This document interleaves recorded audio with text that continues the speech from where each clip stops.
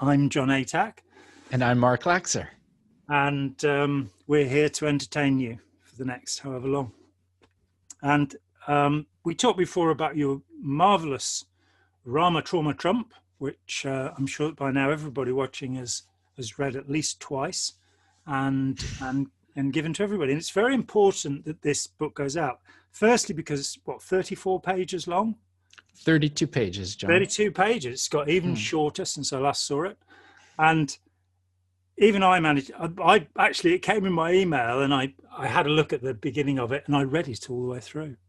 So, and it's fantastic. It's beautifully illustrated and it's a very significant statement about the culture in which we live, which is a cult culture that reason and sense never having been particularly important to the human race, in my experience, seem to have gone down the drain. And there's a problem, which is that somehow people don't want to talk about it. They don't want to try and understand this. They want to throw brickbats at each other. I don't really know what a brickbat is, by the way, but they want to hurl invective at each other and talk about people being libtards. It's a bit taboo. Yeah. The topic. It's a taboo topic. It is. So, people are all lined up and ready to fight, and intelligence, reason, and conversation aren't doing it. So what we do need is some humor. What we do need is something that shows the problem as it is. And I think this is an excellent, excellent graphic novel. And The Tale of a Cat, that always gets us more viewers, by the way. But I decided to share it for free because I just want to make it accessible. I mean, I write software to make money. Writing books is a great way to lose money. And so I might as well really go for it.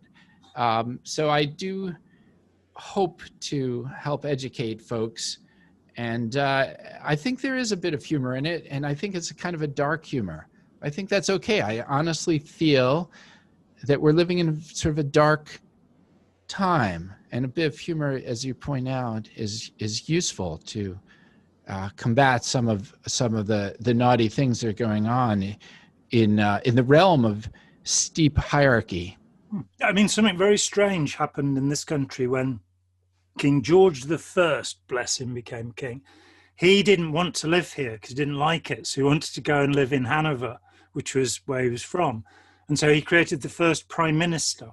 We had a first prime minister. And they forgot to update the censorship laws. And so British satire, it was British by then. British satire was born. And you got Rowlandson and through to Hogarth and these wonderful people making the most obscene caricatures of by the time you get to George IV, Prinny, they're just fabulously rude, these things, because there was no censorship law anymore. And I think that there is a tremendous, I like gentle, pleasant humor, but I think when you come to politics, you need opposition and you need the harshest possible terms. You need to be able to lampoon people. You need to be able to expose people. And I think in the US, the media has gone soft. I think they've maybe got themselves caught up in the idea of fake news or something. So they're all trying to be very careful about what they're doing. And what is happening in the United States is ridiculous. It's scandalous what's happening. So many things that are not right. And that the wealthiest country in the world, its population are at war with one another. It's almost like we've gone back to 1861 and we're going to have, the Rust Belt versus California. And there's a real split where people are not working together. And that has been inspired by politicians and by division. And I think personally that we should lampoon a lot of them. But Donald Trump is such an easy target, because he barely speaks English.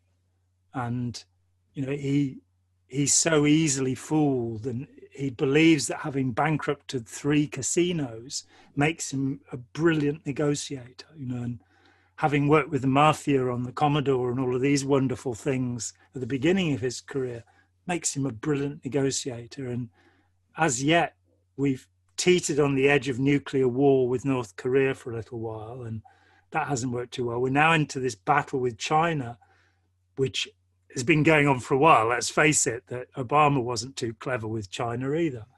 And they've built up their military to the extent that now if things did, if there was a throwdown, things might go rather badly. So we're in a terrible situation, and it's important to discuss that. And I think that by showing the authoritarianism that's here, the kind of what was it Mary Trump said, that as soon as something passes my uncle's lips, it has become the truth as far as he is concerned. And we've got QAnon. I'm told there are 16 representatives standing who believe the QAnon myth, that he's somehow going to drain the swamp by sacking all of his own advisors, and even Steve Bannon's in trouble this week. Who would have thought it, So it's a really bad situation, and absolutely the best way to cure that is for people to read your book.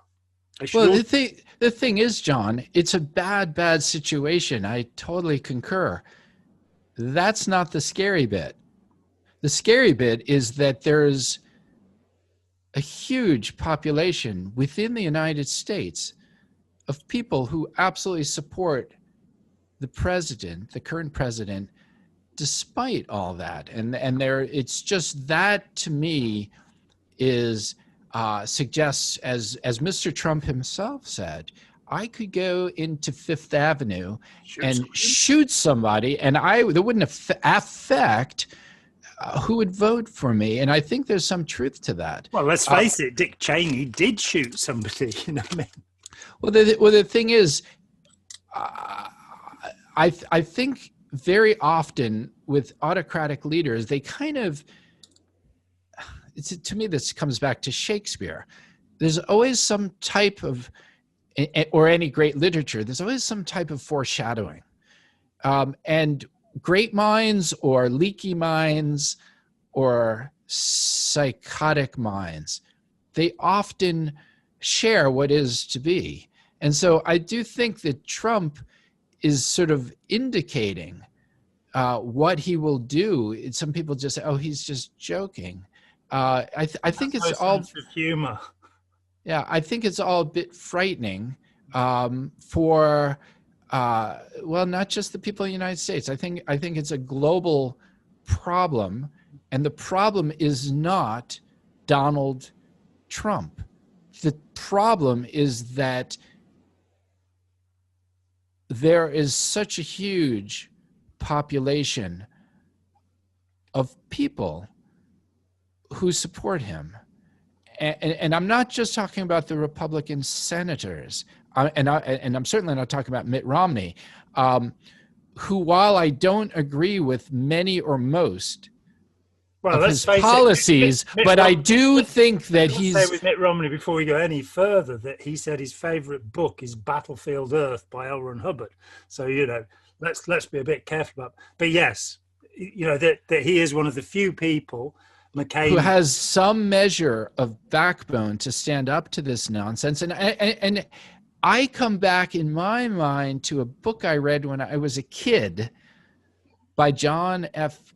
Kennedy called Profiles in Courage.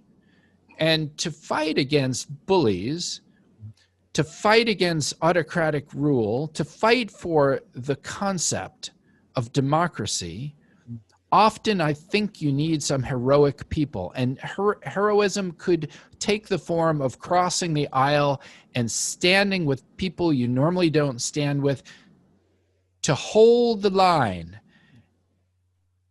I'm not seeing a lot of that in the United States right now.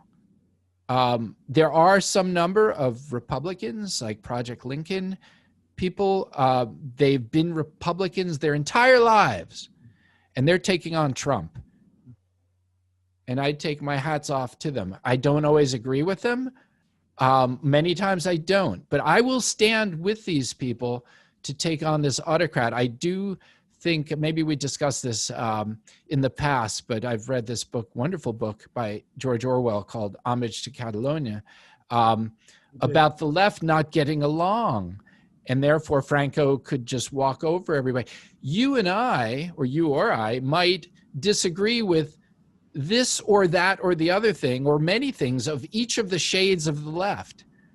But if they can't get along at all, then the problem was that you had an autocratic left. You had Stalinists in the left. You had yes, and we do apologize for that. That was certainly not a good thing. And we're not any longer talking about, you know, this notion of the left and the right. It's a very difficult notion. I don't think that there's very much that you could call communist or even socialist in the United States.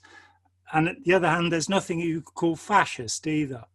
So the problem is authoritarianism. The problem is, whether it be Stalin, Mao, Hitler, or whoever, people going along with something because it feels like the right thing to do. The groupthink, the kind of, you know, I'm doing what the other people are doing. You know, what 45% of medical doctors in Germany joined the Nazi Party, and they euthanized 200,000 of their own patients. For having spasticity or being deaf or what have you, that you can get a movement, and it's got nothing to do with how intelligent people are, because they will use their intelligence to buttress their stupidity. It's got to do with wanting to be told what to do and wanting to have slogans to shout at other people to give you a sense of self. And I think that's the problem. I mean, Eric Fromm said that was the problem, that people do not develop their own independence, their own opinions. And we have a society that doesn't want you to. The advertising agencies, the media, the politicians. A sense of self, and a sense as well, John, of certainty, where they're creating a world that it appears to be stable, and there's no chaos and there's no confusing. There's very little complexity and nuance to it. I think it's a lot easier to hold that worldview. It's sort of like, golly gosh, let's go to Disneyland, la, la, la, la, la.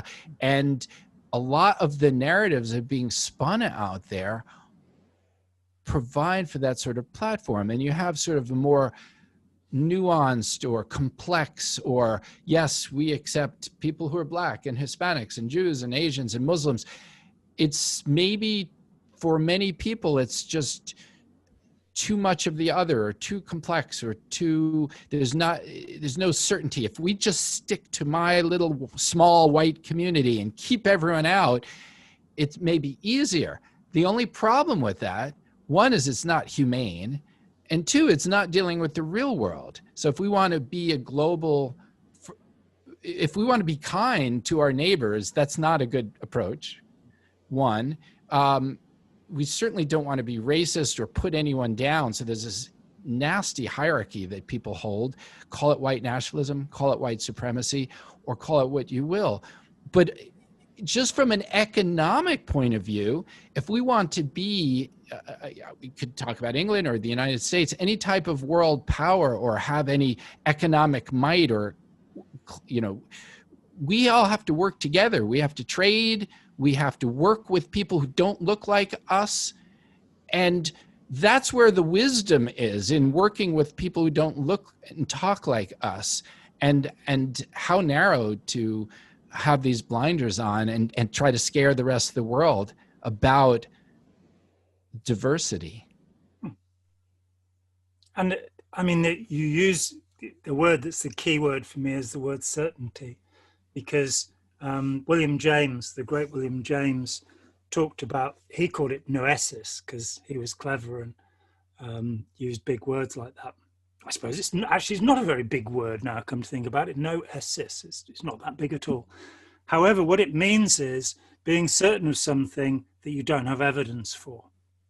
Mm-hmm. And we are, all of us, doing that. We have to do it. I always tell the same story of this born-again guy who spent 2 hours trying to convince me about Jesus and all of that. I was 17. And as he backed away from me, making sure I wasn't going to pounce on him and rip him to pieces or something, he said, I don't understand the Bible, but I know it's all true. It's that. Why do people know that the swamp is being drained? Why do people have this conviction? These same things have happened in the past in many countries as the modern idea of the nation came along from the 17th century onwards, this idea that rather than doing what the king says because otherwise he'll kill me, it's doing something because I believe in my nation. Now, that nation in the United States includes all of that diversity, all of those different people. The patriotism, of the Confederate, or the patriotism of the Yankee, the patriotism of the Democrat, the patriotism of the Republican, ceases to include the other people. And as Charlie Chaplin said when asked, he was a patriot of the whole world, because this is a system that if it doesn't work together, you can hang separately or, hang together or hang separately, as Benjamin Franklin supposedly said. And what we're doing, just looking at the global problems, if you look at what's happened in Siberia in the last few months, where you've got temperatures of 30 degrees Celsius, which is about 90 degrees in Siberia, in the Arctic Circle. We are seeing masses of wildfires again in California. We saw the ones in Australia.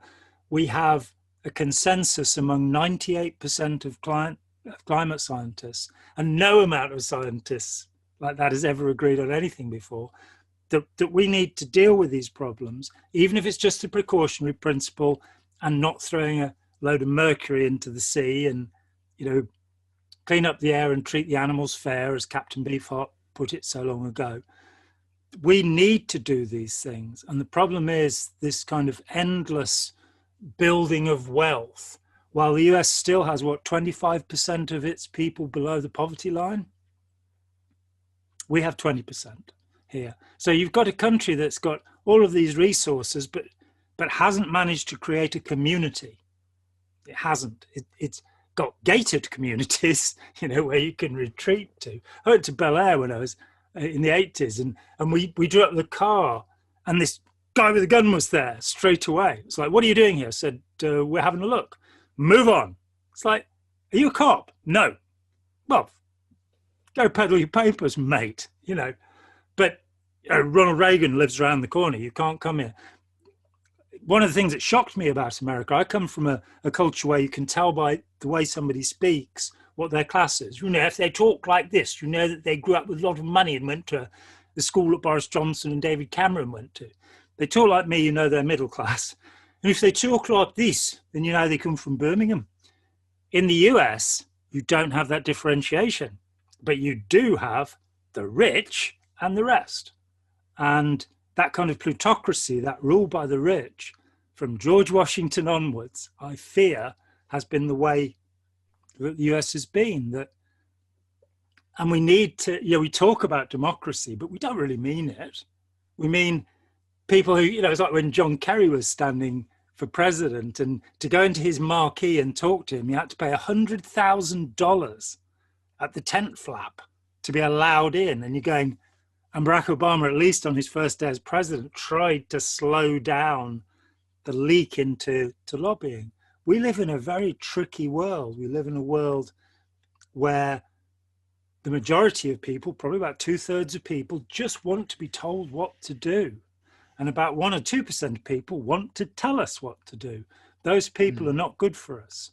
We want to progress towards consensus, agreement, democracy, and everybody having enough, everybody being able to eat, not spreading diseases. It's like the idea that you can have some poor person come and, do your work in your house, and that they don't need any health care and they won't bring the diseases with them. It's a folly. You have to look after the whole human community if you're going to stop things like COVID-19. And I fear that the US, we've done very badly here because of incredible stupidity. That on February the 24th, it became clear that we needed to do something. And a month later, we did. In South Korea, the day after the first case was recorded from Wuhan, the government was in action. And they managed to do They managed to follow protocols that have actually been in existence since the late 1940s for all countries. The US didn't. We didn't. And, we are counting the cost. And there's going to be more of it. There is the fear that with that authoritarianism, this draining of the swamp, that Trump might, in another term, actually introduce martial law. Yes. I feel that that's coming, and I think that oh my gosh, there's and it so would many make Leonard problems. Cohen wrong. It would mean that democracy is not coming to the USA. We'd all hate to see that. Yes, yes. Although Leonard Cohen did say that it's in the cracks where the light gets through. Mm. So I do have the sense, reflecting on what you're just saying, that there are people for whom there is their foundation is what is, and another group of people, their foundation is what they believe, what they dream, they wish for, they imagine. The lost golden age, make America great again, without telling us when it was actually great. Winston Churchill did it. He created this myth of a fair England, which had never existed. People were living in storytelling. It's the power of storytelling, and I think there's such a difference between the scientific method. What is that virus doing? Putting in your body household detergents. What will that do to the virus? What will it do to your other organs? I mean, these are things that scientists would. Well, let's put some Ajax or bleach and start drinking it. I don't recommend it. We don't want to do that. But a scientist would test that out. That's looking at what is. Okay, the QAnon people are saying there's a ring of pedophiles and they're all at the pizza place in DuPont Circle, blah, blah. They hold all these stories. There is a difference between creating a story and creating something that's nonfiction. And I think there's a blurring of the line there, certainly by autocrats, because by doing that, you can, as an autocrat, by messing with people's sense of reality, by blurring that line between fiction and nonfiction, by gaslighting the people, saying one thing, you can get away with murder. And that's the history of the planet, really. Look at was it Ellsberg, the report on Vietnam, that pointed out that every president from Harry S. Truman onward had lied to the American people about Vietnam and what they were doing there. Every one of them. And you get into this thing that the politicians are using spin doctors. And something curious happened around the time of the Clinton presidency. A guy called Philip Gould went over from New Labour, who were not in power here. And he sat through the whole campaign and he came back and instructed Tony Blair how to win an election by cheating, by saying the right things in the right places. Jimmy Carter got caught out doing it too, giving a speech that would go in that town because he hadn't realized they had TV now and they could broadcast it to the town where he'd said the opposite before. That this tendency of politicians to be dishonorable and dishonest so that they can get elected. And, rather than, and it's very difficult, to say, well, if I admit these things, I won't be elected. But we have, Tony Blair talked about transparency. That's a great word for you. That we have to move towards a culture of honesty, or we will continue to live in a culture of dishonesty. When you get to fake news, this fascinating concept that's been thrown around, you're going, well, propaganda's been with us since the Roman Catholic Church invented the term to indicate bringing people back to the true faith, the Department of Propaganda, a largely good word in Catholic countries for a long time there.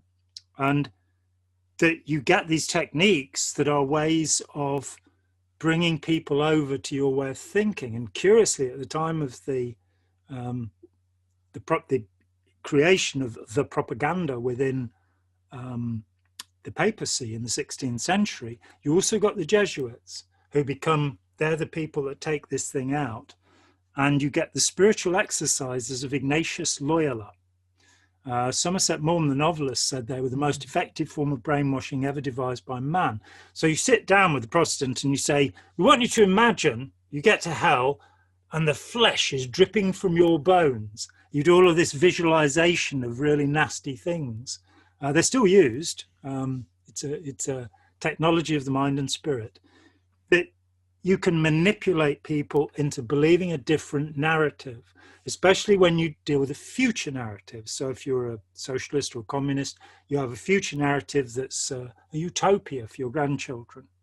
Well, here we are, and those stories were being told in the 19th century. It hasn't arrived yet.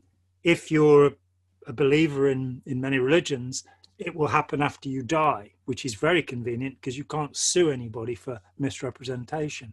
If you're a politician, it's a matter of getting the next 4 or 5 years. It's a matter of telling a story that will get you that. So what we're going to hear is the wall wasn't built because the Democrats blocked it, or I would have done it. I would have stopped the Muslims from doing anything at all, and look what they're doing, the terrible people. The excuse will always be the other side got in the way of me doing what I absolutely promised. We will build a wall. What I absolutely promised has been stopped.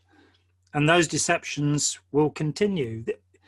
There's also the fundamental deception, which is that politicians govern the world. And the reality is that the weather governs the world, that climate governs the world. And if you have a tsunami, you can have as many King Canutes as you want standing and ordering it to go back, but the death toll will get into the hundreds of thousands. If you have COVID-19, you can wreck the economy of the world. I mean, it's going to do more damage than all those hedge funds, Lehman Brothers and Goldman Sachs, the awful things they did. And those people are none of them in prison. The guy who ran Lehman Sachs, who said that there's video of him talking about how he wants to rip people's hearts out while they're still breathing, and it's like, okay, to sell them things, to sell them worthless subprimes. He's running another hedge fund now. Nobody ever tracked him down. So we've got this tremendous corruption, which neither Democrats nor Republicans have done anything about. We've got a swamp and it's not being drained. We've got so many politicians who belong to fraternities or sororities who are in these little cult groups that have moved on from university. There is so much that's wrong. But the main thing that's wrong is people not figuring it out for themselves and not having the tools to figure it out for themselves. In the 1930s, there was a group called the Institute for Propaganda Analysis. And in 1938, you can go on Wikipedia, there it is, Institute of Propaganda Analysis. And they put, I think it's 8 points by which you can assess whether you're being told bullshit or not. And the first of them is glittering generalities. We'll all be happy. I think everybody will be very happy with this, which is a phrase that Donald Trump's been using at the end of his interviews since he was about 22. I think everybody will be very happy with what we've done here. Possibly the people who've been excluded won't be, but you offer a glittering generality. You say, it'll all be wonderful, it'll all be great. It'll be 1,000-year Reich, and everybody will be happy when we've destroyed the infidel or whoever's in the way.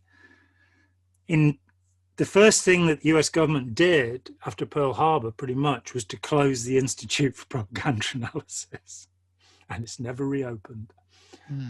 So we live in a world where information is corrupted, where people feel that they can't work out what to do, and so they believe in chemtrails, or they believe in a flat earth, or they believe in a great conspiracy of the Illuminati. We've had this week Plandemic was released, and I must admit I haven't watched it, which explains that Bill Gates is going to vaccinate people until there are only 500 million people left.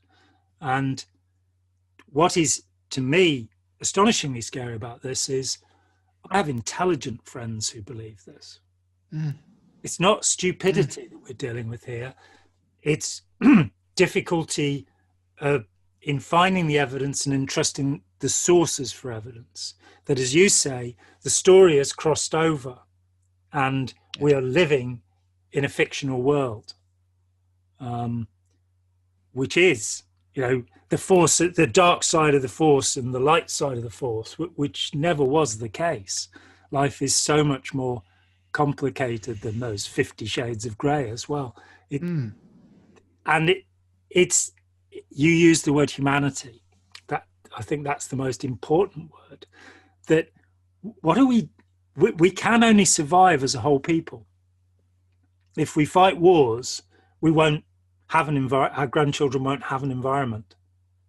And if we keep fighting wars, but we're ecological, we keep using what depleted uranium shells that we used in Iraq, or white phosphorus, where the Israeli Defense Force are still throwing at the Palestinians, despite it being against biochemical warfare agreements.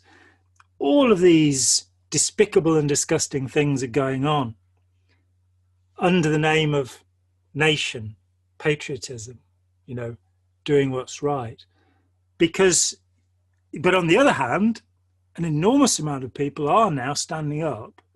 When the Iraq War was about to go on in 2002, over 1 million people demonstrated in London. We've only got 64 million people, so that's quite a lot. 80% of people in this country said, "Not in my name." Yes. Reaction in the US was very different.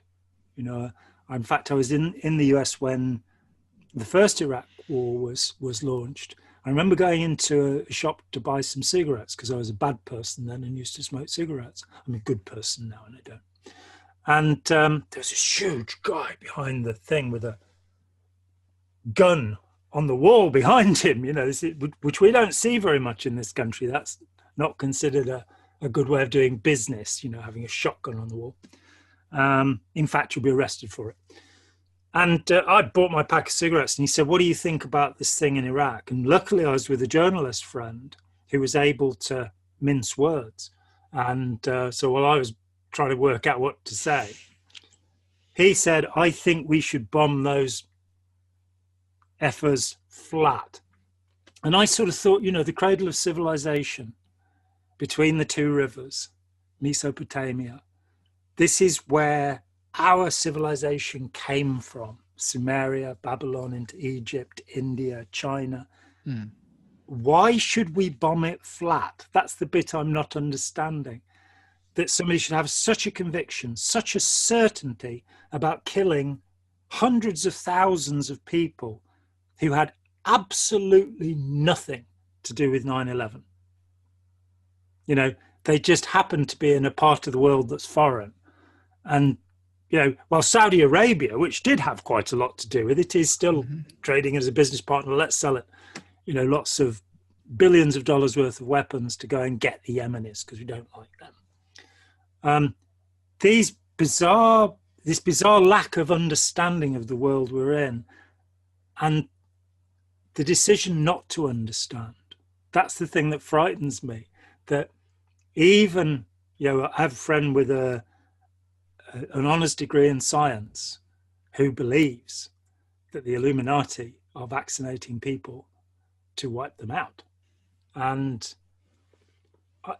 there's no conversation I can have with him these many years that will say David Icke is a nutcase, Right. who took a lot of ayahuasca, as he's admitted, and believed that our queen was a transdimensional lizard. Yes. So maybe the trick is to love those people and be friends with them, but it may be that that it's really hard to reach them. And maybe, I don't know what your thoughts are about that. I have a very dear friend who is in that camp. And frankly, I could spend hours and hours. This dear friend of mine would, I'm sure, love to argue it and go on ad infinitum. And Hillary's doing this and Hillary's doing that and the email server. Yeah. And the God. thing is, I thought, well, I could spend my time. This has nothing to do with my friendship for this person. I dearly love this No, of person course not. and their family. And it's always better, I feel, to see that person in person and go for a walk with them or go camping. Don't just go on Facebook and say nasty things, because then the friendships immediately dissolve in hatred and division. But I do feel that it's super, super important to reach out to these people, but maybe in a sense not, because maybe my time is better spent, aside from the friendship, maybe my time, John, is best not spent trying to argue things about a lizard and the queen is a lizard, and things that are just so, I can't disprove that Barack Obama is actually a chicken with a big nose and ears that go out 40,000 feet, and is actually, the earwax is actually destroying the fabric of European society. The reality is I can't really disprove that. How could I prove it? How could you disprove God? How could you prove God? There's all sorts of weird things that people would say. I feel, John, that my time is best spent with people who might have more of an open mind. Like, gosh, let's go back to some of the things you've been saying. Someone was saying, well, gosh, Mark, or hey, John, I'm not sure, where should I get, do you have any suggestions about where I can get my sources of data? Because Fox is saying this and that. Rush Somebody Limbaugh. Listen to Rush Limbaugh. But the thing is, somebody who is willing to have a conversation like that, I feel like, hey, go read John's books, Opening Minds or whatever, or read Mark Laxer's Rama Trauma Trump.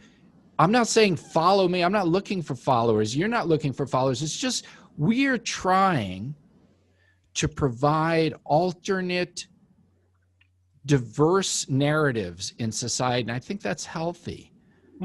And for the people who are absolutely convinced, and every time you say something, they're like, that proves it, you're a lizard. Or, it's like I don't know if it's the QAnon people. I've had some dear friends unfriend me on Facebook. And I think I love them dearly. I'm saying that sincerely. Mm-hmm. They are seriously in my heart, but I think they're QAnon followers. Great. They're seeing stuff that isn't there in the physical realm. You were talking a little bit about Somerset Maugham before, John, one of my favorite authors, Razor's Edge, must-read book. And the Razor's Edge is walking a fine line between the spiritual and the mundane. And how do you navigate that? Well, if you go, and that's what the book is about, is trying to find that balance and falling and then picking yourself back up again, and community around that journey. That's why the book is so great. It's also a very, very beautiful movie. Because it's so powerful, because we're all on that journey. We're all walking the razor's edge. The only thing is, as we walk it, if we go too far one way or the other, then things in personal lives, things in society get so unbalanced. And that is my concern about President Trump, for example. These things are so out of balance. He's just saying things that are, it's not in physical, measurable reality. He's doing that many times a day, and he thinks, like a cult leader, that just by saying something, I am a chicken and I can fly through the air and I have big wings and my nose, whatever he says, he seems to believe. Without knowing that chickens can't in fact fly.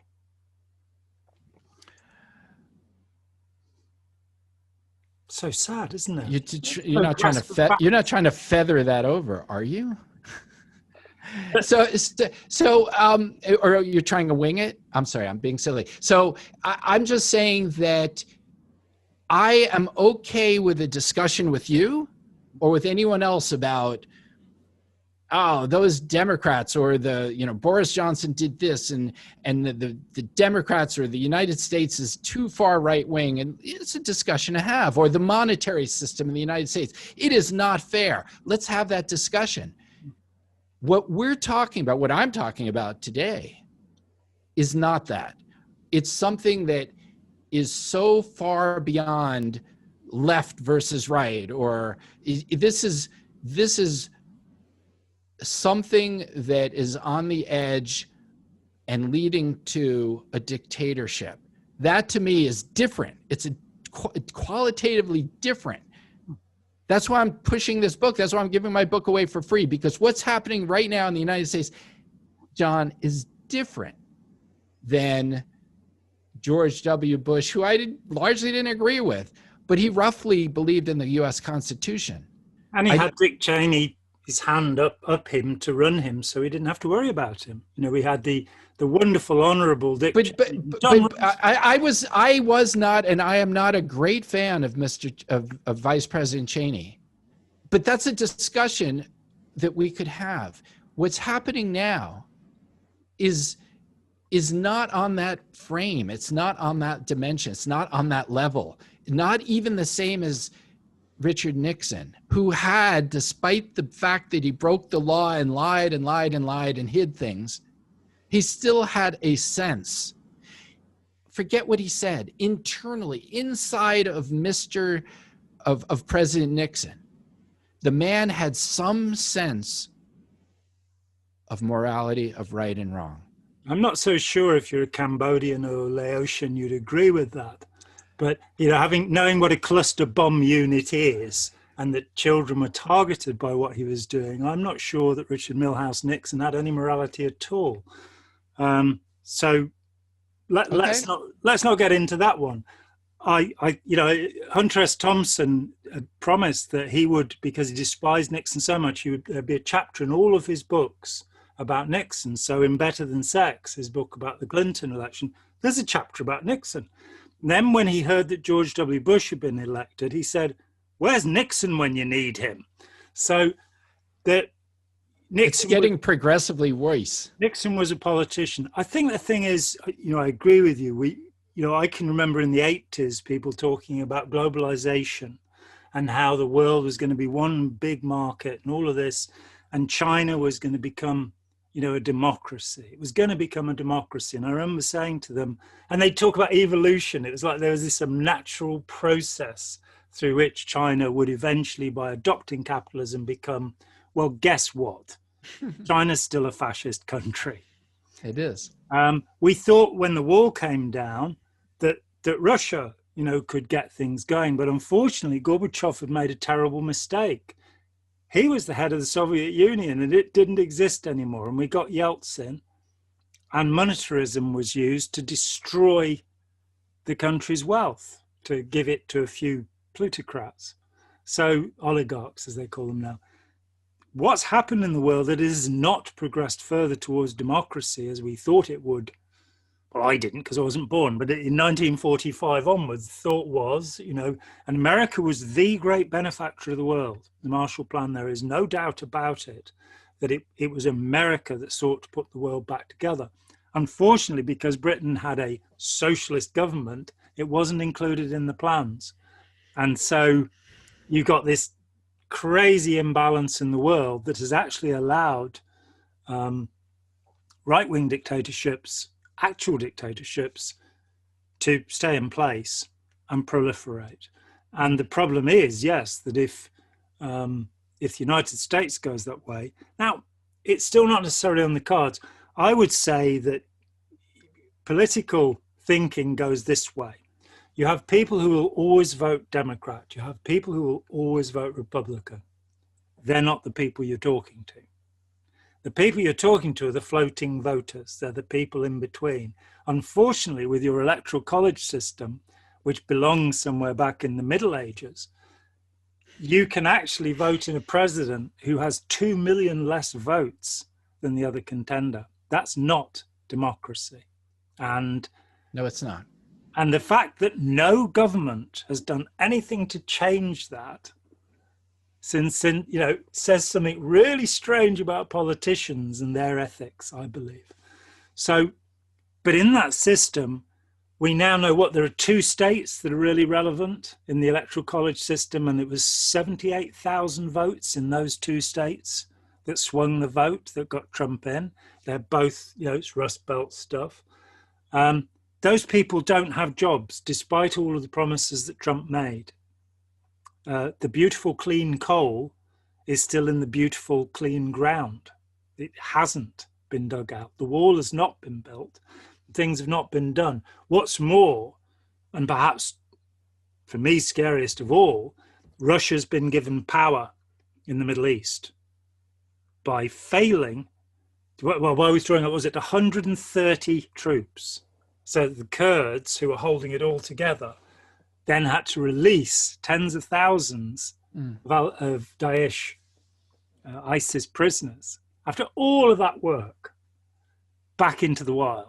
So the whole problem was created by this one man deciding he was going to withdraw 130 troops, which meant that the Turks could then shell the Kurds. The understanding of politics there is lamentable. Those 130 troops, or 180, whatever it was, they weren't coming home to America. They were just being reposted in the Middle East. It was a farce. And the problem is that history has politics like that in every generation. The incompetence of politicians and military leaders is legion. It's not just the charge of the Light Brigade where you charge 600 men into the face of the artillery. 2 of those men, by the way, were not armed because they'd been rude the day before, and so their officer had decided better they didn't have any guns or swords. So that'd be useful, wouldn't it? We're just going to ride into battle and we'll slap them if we don't like the look of them. People can be incredibly stupid, and we've seen chaos and catastrophe. World War I, a fight between this family of Queen Victoria that blows up into the greatest tragedy the world had seen up until that time, for no reason whatsoever, to achieve absolutely nothing. We see this stupidity and we see how bad it can become, and it doesn't take a lot. But the people who have to be appealed to are the floating voters. They're the people who, this got so cynical after the new Labour government had declared war in Iraq. They knew they were unpopular and they were about to lose the election. So what they did was they got their focus groups, which are mainly 35-year-old women. They're the people who might change their minds. And they found out what aggrieved them the most. And what aggrieved them the most was that people put their garbage bins out on the street overnight, blocking the pavements, and they didn't take them in. So a week before the election, they brought in a law that said you had to put your garbage thing out after 7 a.m. and take it back in. My niece happens to run one of the local councils, and on being questioned, she said no council in Britain has enforced this law. So you start getting this politics that's about the short-termism, about getting us back into power. Well, how do we appeal to those people in the middle? We're not going to get the hardcore Trump voters. They've decided. I had a friend who told me before the election, the last election, that Hillary Clinton had been involved in 14 murders, and he could prove it. He had the evidence to prove that she'd been directly involved in 14 murders. The day after he was elected, or 2 days after he was elected, Trump, when asked if he would put a special prosecutor there for crooked Hillary, his response, and I remember it, I think, word for word, was, the Clintons are good people. That was how much that aspect of his campaign mattered, that he'd managed to convince his followers that the Clintons were guilty of murder. And yet, it was not important enough to prosecute them for murder. And there's a little bit of a problem there. A man whose morality is such that he's either A, lying his head off, or B, doesn't believe that people should be prosecuted for murder. So how do you get to the people who are still thinking? You know, there's no way that what we're doing with your book, with your books and Steve Hassan's books and maybe one or two of my books and thousands of other books, including George Orwell's books, and through educating. I actually think we should start our own destructive cult. No, I'm just kidding. We'll call it John Anon. But I really think that it's a long, to hold a democracy is a long, difficult challenge. We haven't even started. We haven't even started creating democracy. I've been very taken by virtual Taiwan, because the question is always, how do you get these divisions sorted out? You don't want this, you know, after Brexit, this country is now in opposition. It never was before. It's not about being this political colour or that political colour. It's like, do you agree with Brexit or not? And, you know, you can go and have a punch up in the parking lot if you don't. In the US, the same thing, that it's about Hillary Clinton still, who's not actually a contender, and Donald Trump. And the idea is, well, if Hillary had taken over, it would have been much worse. And it's like, I don't have anything for any of this. Neoconservatives, neoliberals, they believe in absolutely crazy philosophers. You know, the standards movement in schools, which comes from both the Republicans and the Democrats. We look at education collapsing in the United States. We look at this whole, and you go and look at the PISA tables that are made every 2 years of all schools in like 180 countries or something. And every 2 years, Finland, Sweden, Shanghai, actually, they're at the top there. The US is like number 40 in the world. And you go, with all that money, they got some of the best universities, but the high school system is appalling. And you look at a significant, simple difference between Finland and the US. In a Finnish school, you start going when you're 5. You'll start learning to read and write when you're 7, not 5. And their literacy rates are higher. But you will take one examination in all of your school years. They don't do this SATs thing. They don't do this scaring the heck out of you. And this point that, I mean, there's a wonderful episode of The Wire where the kids are learning the answers to the SATs. They're learning to memorize. I've just had 2 kids go through secondary school here. It's the same.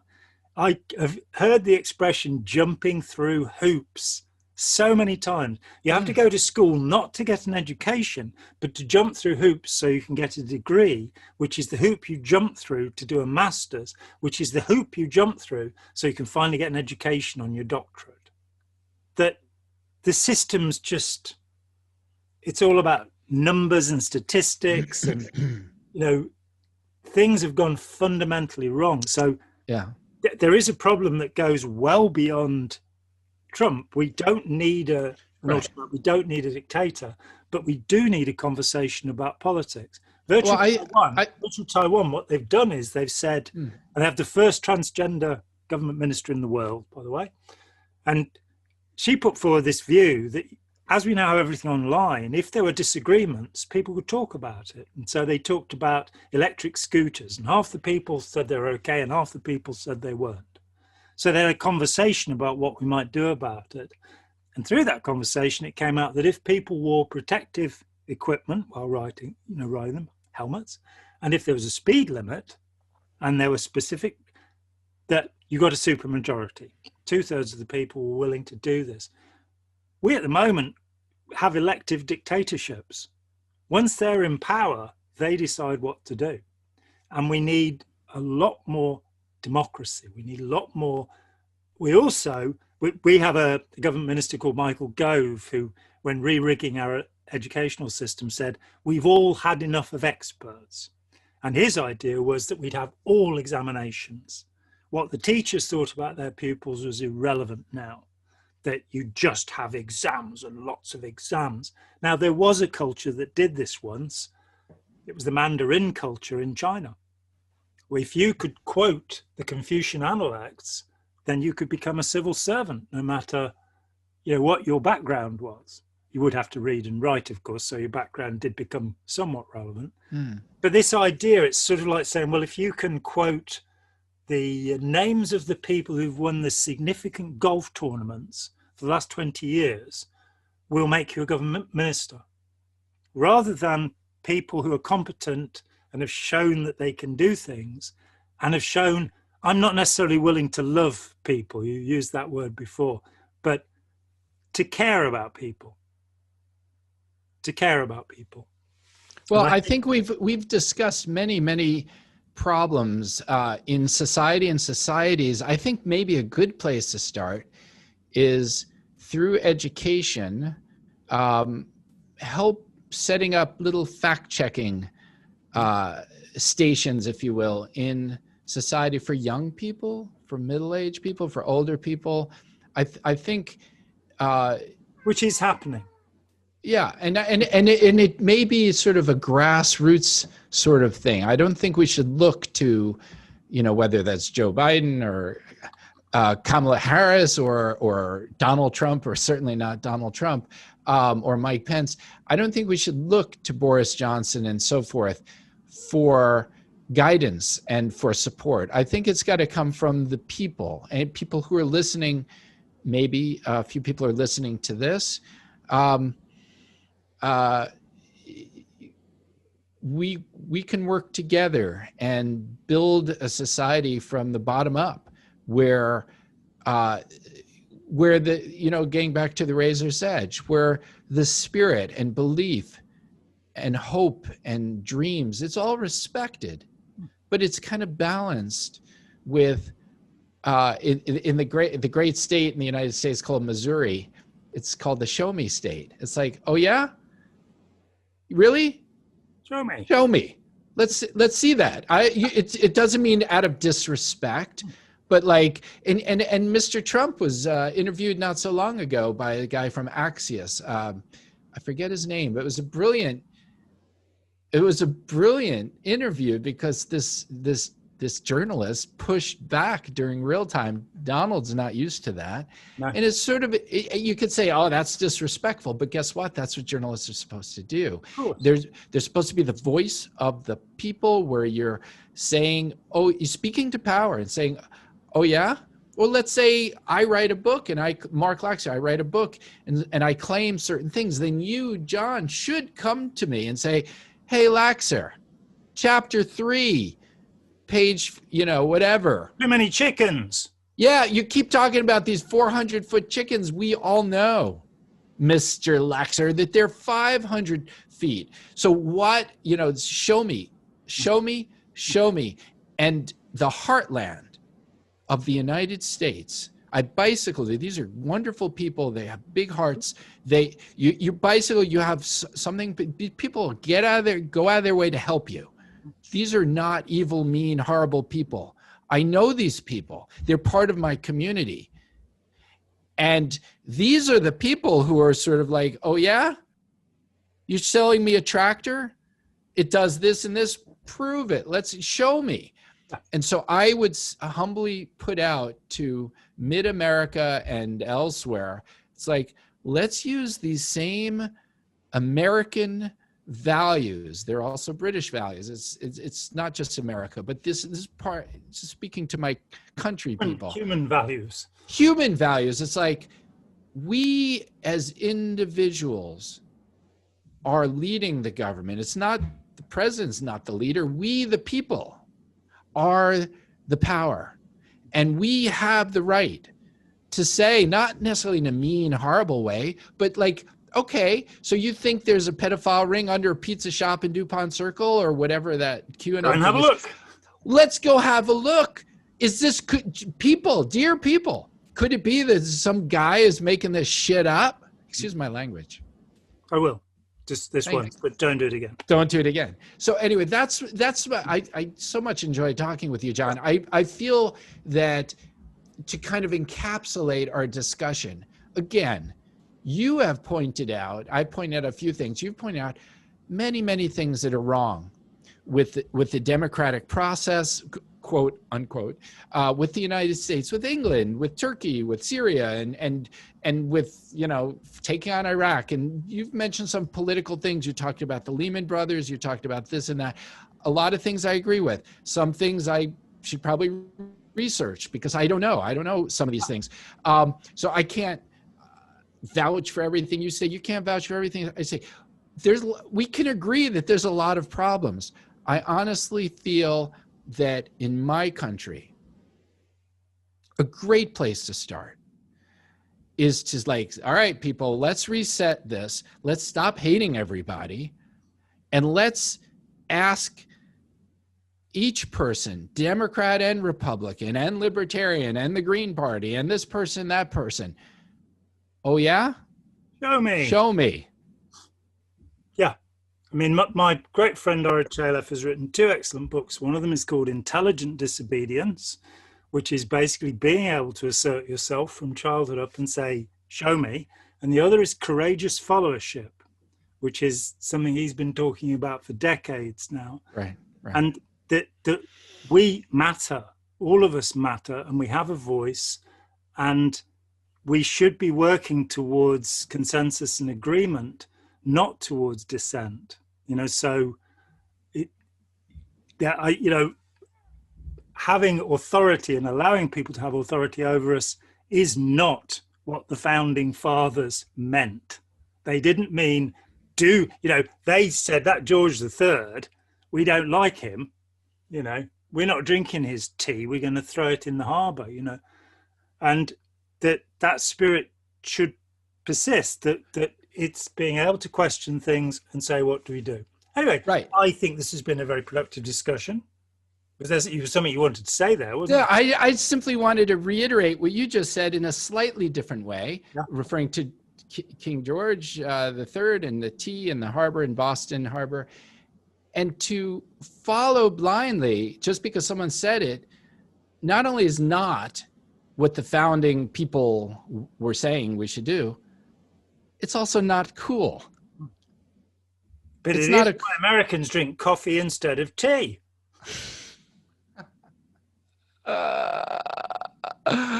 Oh, I've got some tea stories for you in my many visits over to the other side of the puddle. We'll do that in our next conversation. We'll do that next time, and I very much look forward to it. I think that you're a deep thinker.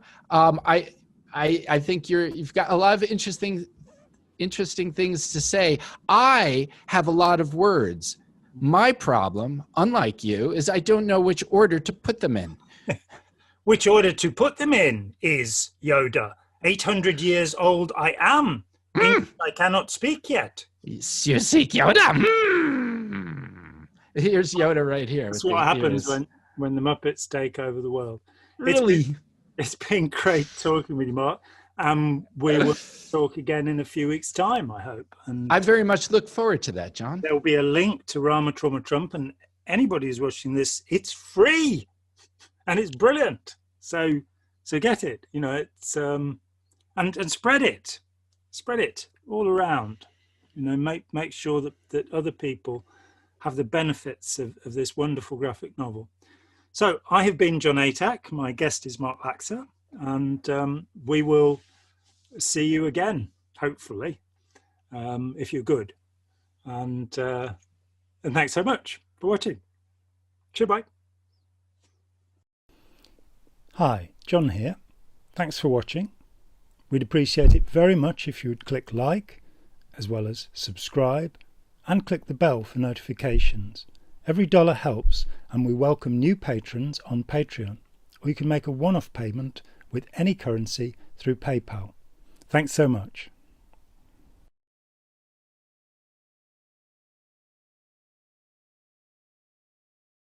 You seek Yoda.